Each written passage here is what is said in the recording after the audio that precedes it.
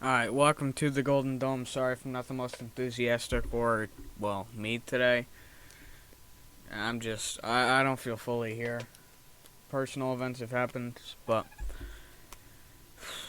we're here. And just noting, I did notice at the end of, I think the end of the common flock, and I meant to do it at the beginning, but I will not have any podcasts Sunday next week. They will be pushed back because I have personal stuff to attend to that weekend. So don't expect any content in terms of from myself, even if it's on other channels for those 2 days, really, unless I can squeeze something in. And I don't know. I really don't. But expect maybe a little bit of content during the week, so I'll try. But anyways, we're here. We're back, and hey, Notre Dame college football is back in 1 week. Notre Dame is back in actually just under a week this weekend, and then Notre Dame football is back in just under 2 weeks. Let's go. Home opener at FSU, and then the home opener versus Tulane to follow. I can't wait. I can't wait. I really can't. And when I say that, I mean it. I really mean it. Because it's going to be exciting. I'm actually going to see the USC game live, so I really want to go see it. That's going to be an interesting game. I may even have to cook up some interesting content, different content for that, but it all depends on how things go. Anyways, let's get right into it, because I really don't have anything to talk about before we get into the stuff I've collected over the week, which there's a decent amount. Northwestern announced that they lost running back Cam Porter and offensive lineman Zachary Franks for the year, and they actually also announced their QB1.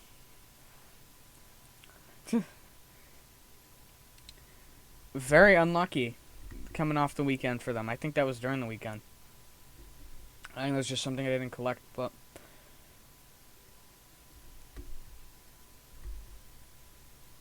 yeah, it wasn't. Also, last week, too, actually, just over a week and a half, probably a week and a half ago, Tulane became the first FBS program to announce they will require vaccination negative tests at games. Just later, only 27 of 11,000, I'm assuming that's estimated, season ticket holders requested refunds. And in that time, TCU has sold well over 27 new season tickets.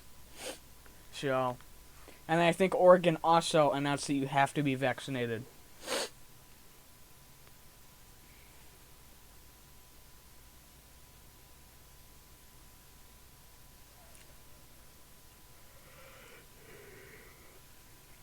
And then the athletic All-American teams were announced. The college football All-American official teams were announced too. I will get to that.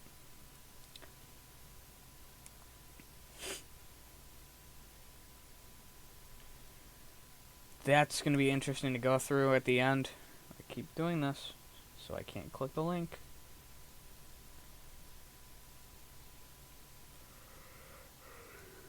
Nope, that's a video. I don't know why I keep putting videos in with the links, because they're tweets to videos, and it's like, I can't play that on stream. I did it again.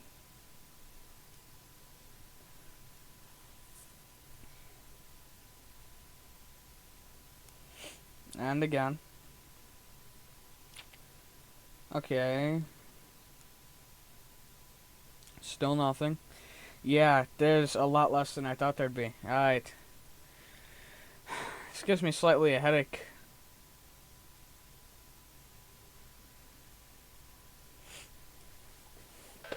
Alright, I think I got something.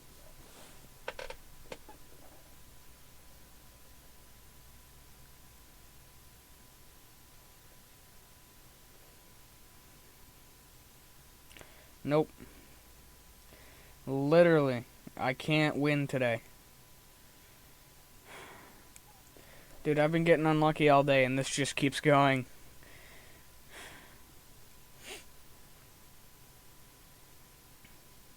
But hey, apparently the team's been rallying around Kevin Austin. That's good. That's what I want to hear.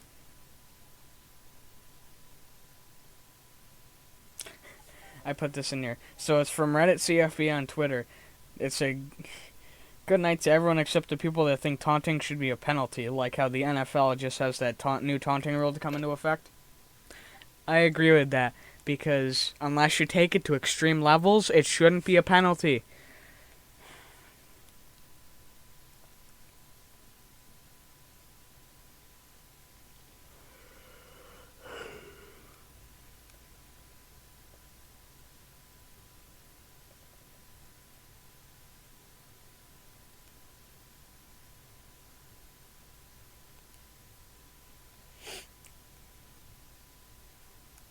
Yeah, I keep just getting unlucky with what I picked. I don't know why I thought it was a good idea at the time, but not anymore. But here is Marcus Freeman on tight end, Michael Mayer. Quote, shoot, he could be a great, I'm paraphrasing this next one, great defensive end out there. I'm serious, I keep telling him, hey man, come over to the dark side, but I don't think Tommy's going to let that happen. He's a great football player. So Freeman wants him to at least try to convert, but it doesn't look like Rees is going to let that happen.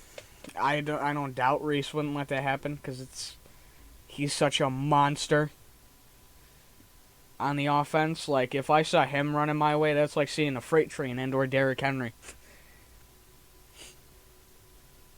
And then Troy Pride Sr. went down for the season, which sucks. Former Notre Dame guy, he is down for the season. Ben Skoranek also got hurt. I think it was he broke his elbow or something in his arm. And Troy Pride tore his ACL. It sucks to see both of them hurt.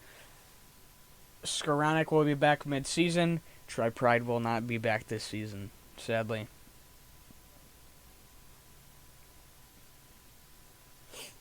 And then this is a quote from Notre Dame captain Kurt Heinisch, defensive lineman. He's also a sixth year. He is now the longest tenured guy with Crawford gone, with Sean Crawford gone from the draft last draft. Quote, we are a bad bunch of dudes. When we show up to your field, you're going to feel us. I like hearing that, because that means we're going to show up and we're going to deliver, whether you like it or not. And then students did arrive on campus earlier this week. That's good. I'm hearing a lot of good things about the vaccination numbers, too. And then Notre Dame offensive coordinator Tommy Rees says the QB room bullied him into growing a mustache, and he'll keep it throughout last weekend. And, dude, it looks weird to see him with a mustache. It looks weird, but it looks funny at the same time. Honestly. And I'm not even joking. You gotta see it to believe it, if you haven't already. And then Braden Lenzy, the Irish receiver, said he believes he could be a, quote, dangerous weapon for this Notre Dame offense. He said, quote, I feel like I have the tools to be an elite receiver. Yeah, show us this year, and we'll all be happy.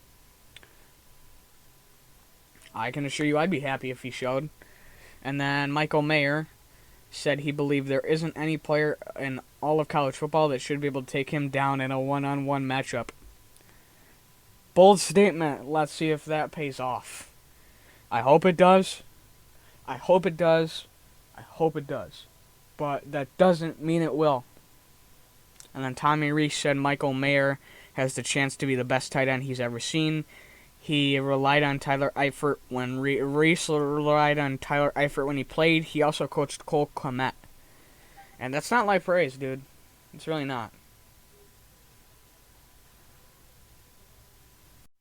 And then Bo Bauer, the linebacker, said he wants to complete his college career with a championship. And That's building off of Notre Dame's goal is to graduate champions. Bo Bowers graduated, now he wants to be a champion. That's a good mindset. I like it. And then Brian Kelly said this on what's most important to button up before FSU. He wants to ID the strengths and weaknesses, and he has been on treadmill of install. Brian Kelly also said this on starting left tackle compared to other top left tackles Notre Dame has had. Quote, was Ronnie Stanley a better athlete? Yeah, this is on Brian Fisher, starting left tackle. Was Ronnie Stanley a better athlete? Maybe, but he didn't have the size. Does this mean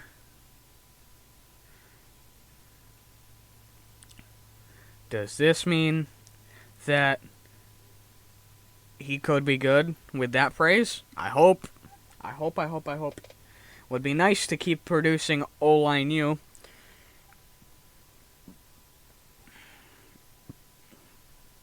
And he also, Brian Kelly also said this on Blake Fisher. Quote, he's better than anybody we have, that's why he's here. Let me also note he's a freshman. He's a true freshman. Quote, from a pass rush standpoint, he's hard to get around. And he called Fisher's makeup, quote-unquote, elite. We can only hope, guys. We can only hope. Brian Kelly also noted the defense has a lot of moving pieces without a lot of thinking, moving fast, and he expects the defense to play fast, and that could be a good recipe, especially for confusing quarterbacks. If you can confuse quarterbacks with a fast defense, by all means, do it. And then Brian Kelly had this to say on Houston Griffith. He, quote, well, it doesn't have quotes, so I'm not going to say quote, because I don't know for sure. But he said he had a really good camp, had a really good spring, summer, great leader. We've been looking for that guy who's going to be a tackler. DJ and him have been battling out. It's been a great competition. He's going to play a lot of football for us. Now, he is referring to another safety. It's a two-man battle for the spot alongside of Kyle Hamilton. So that'll be interesting. Brian Kelly says Kyle Hamilton was held out of end of practice with tightness for precautionary reasons, and to be specific, it was lower back tightness. And then he also said, which he has restated already, that he expects Jordan Botello. Why do I always want to say it? That's his name that way, the first way, all the time. But he said he expects Botello to show up. He expects him to be ready, really active, and notes how much they like him. And that is due to the whole thing, the whole situation that I don't want to get into right now that involves him. But hey, if Brian Kelly says he's going to play, I believe him. I mean, he's the head coach. He's got to know what's going on. And this is what Brian Kelly had to say on the camp. Quote, I like the team. I like the way they come to work. They understand the process. Group has done all things necessary to prepare for having a great season, and that's definitely a good thing. That it's 100% a good thing.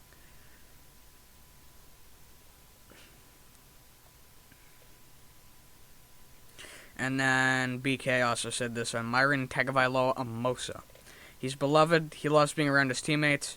He did just lose his father, so he has been away from camp for a while, and it was a difficult time for him, but he's getting a lot of solace being around us. And I think he is back. I think I know he was away at some point. I think he's back, and I'm glad to see him back. And this is what BK said on Rees's statement of Michael Mayer potentially being a all-time great tight end at Notre Dame. There have been so many great tight ends here. Michael Mayer is an exceptional football player. He's going to be an NFL player and have great success. Quote, beauty is in the eye of the beholder when you get to greatness. I love the high praise, because that means you know when it's coming from those coaches, that's good. And then officials are moving closer to immediately expanding the annual 25-minute signing limits is something that I've been hearing. It's something that's been reported, including by Ross Dellinger. And this is in response to a transfers number surge and falling roster numbers, leading to a plan to grant schools additional spots. There's been a jump in transfers because of the new rules with eligibility of how you don't miss a year after your first transfer. Like normally you would have just been benched the first year, and just like if you transfer multiple times you would get benched for a year and miss a year of eligibility.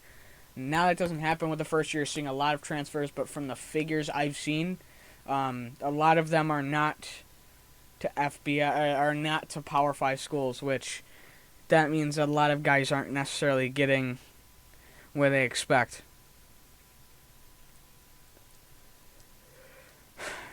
But hey, Notre Dame's got a little bit longer till the season starts, and honestly, this is going to be an exciting time for a lot of Fighting Irish fans, I'd say. Hold on, let me see if I'm missing anything. I probably am. I know I'm missing something, but I can't remember exactly what it is. I'm trying to figure out what I'm forgetting.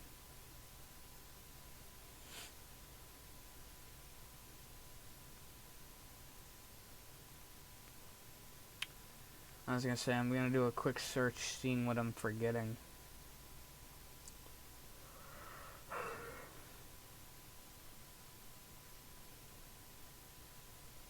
I don't know. I'll probably think of it right after the recording of the podcast.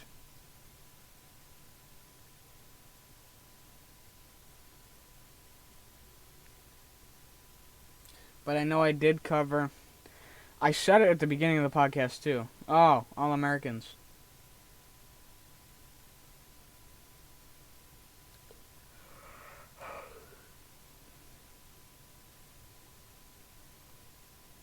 Said I would do All-Americans. So, AP All-Americans by school. Alabama has 5, A&M has 4, Ohio State has 4, Notre Dame has 4, Georgia has 3, Iowa State has 3, Missouri, Indiana, Oklahoma, Clemson have 2, Cincy, Penn State, Boston College, Iowa, Oregon, North Carolina, I guarantee that's Sam Howell, Miami, Texas, Auburn, Ole Miss, UK, Minnesota, Northwestern, Purdue, West Virginia, Florida, Arkansas, Utah, Michigan all have 1. Actually, I'm going to save that for just in case. I might actually make a video on that and talk about it. I may have to. I may have to make a video like I did last with the AP poll and everything. Yeah, I will. I'll make it tomorrow. But I'm too tired tonight, dude. I'm already wiped out, and it's not even 9 o'clock.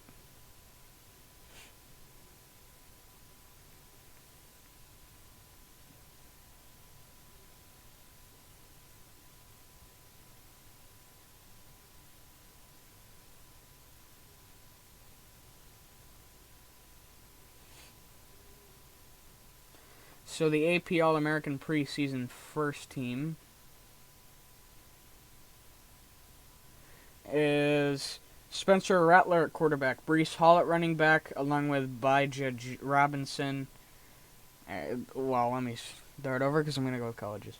Rattler of Oklahoma, Hall of Iowa State, that's Iowa State. I might have said Indiana State earlier because I don't know where I am today.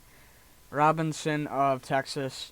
At the offensive tackle spot, Evan Neal of Alabama, Kenyon Green of A&M, Kane Madden of Notre Dame. He is a transfer to Notre Dame.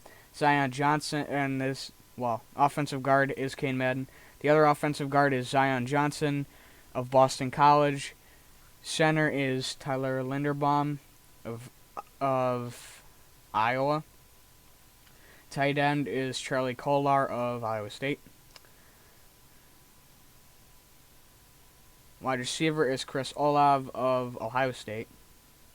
Wide receiver, again, Justin Ross of Clemson.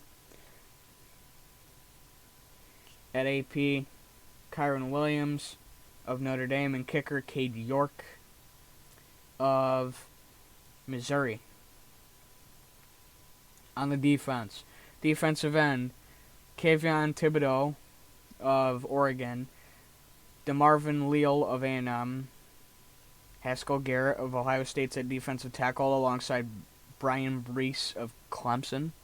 At linebacker, you have from Bama Will Anderson Jr. and Nick Bonito of Oklahoma. And Mike Rose of Iowa State. At cornerback, you've got Derek Stingley Jr. of Missouri and Ahmad Gardner of Cincinnati. At safety, you've got Brandon Joseph of Northwestern, Kyle Hamilton of Notre Dame, and Jake Camarda, a punter from Georgia.